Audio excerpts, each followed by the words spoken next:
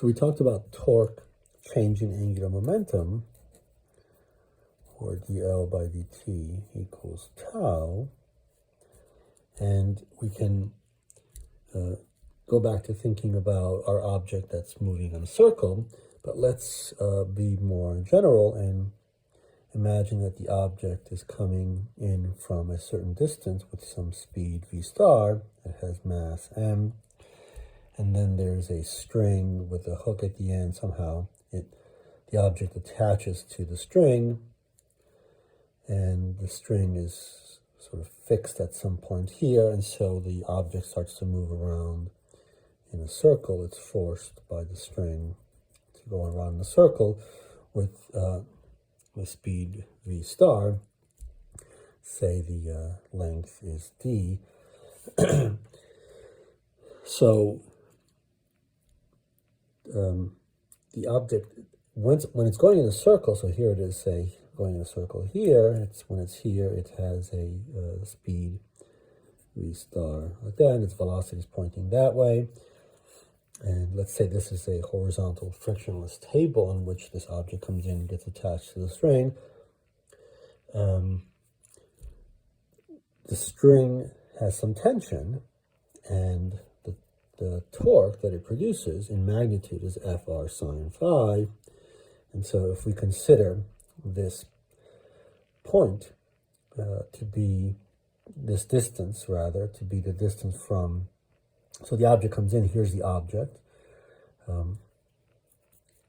and we want the torque about the center of this circle, and that is R. That's not zero, and there's certainly some tension in the string, but now we see that the angle between, these are two directions, force and radial position, right? Because this is ultimately an F cross R, right? That's the full vector expression for the torque. We see that F and R are aligned, and so the phi is zero, and so the torque is equal to zero about this point. That's true when the object is here. Everywhere else is going in a circle. So there's, right, the force is this way, R is that way, and that's true at every point as the object goes around. So the torque about the circle center is zero, and therefore the angular momentum must be unchanged. But the angular momentum, we argued, is P cross R. Right, we showed that, and in magnitude, it's the same expression that we have here. It's just the magnitude of the quantities in this expression. So it's P R sine of some angle between these two vectors, or these two vectors. And so P is the momentum. So if the object is here, its momentum is that way, and R is this way. So we have a sine of 90 degrees. So we have the maximum possible angular momentum. And in this case, when the object is going in a circle, we have just the mass times the speed, which is v star times d. And so that's the angular momentum of the object. And it's unchanged because the torque is zero. But the object came in from a certain distance, and the string never produced a torque. The torque was always zero. And so it must be true that the angular momentum of the object before being attached to the string is also this. And so we have a notion of an object being over here going in a straight line and having angular momentum about this point. And we can sort of see that. Right, so here we have that this quantity isn't changing because it's m v star, but these two quantities are changing. So this is some r, and this is some sine of an angle. Both of these quantities are changing as the object comes in. So when the object is here, here is the r, that's the distance, and the further the object is, the greater that is, but the angle here as well is changing. That's what we call theta. And so we can see that the further the object is away here, the greater the r is, but the smaller this angle is.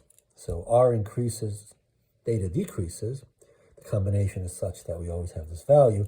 As the object comes in, of course, r becomes d here, and theta becomes 90 degrees, and so we get mv star d.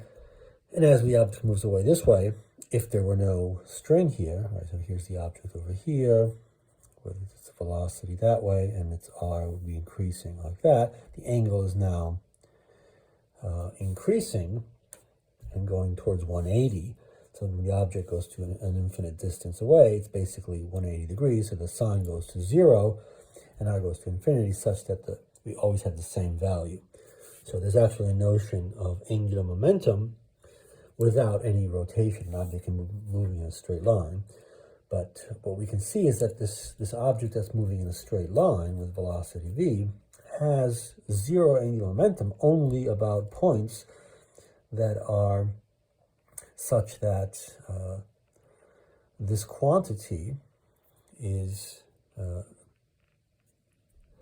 course, if we're right at the object, there's no angular momentum because r is 0. But if we are at non-zero r values, so any point anywhere such that this is non-zero, this is non-zero, the only way for the angular momentum to be 0 and magnitude is for this to be 0.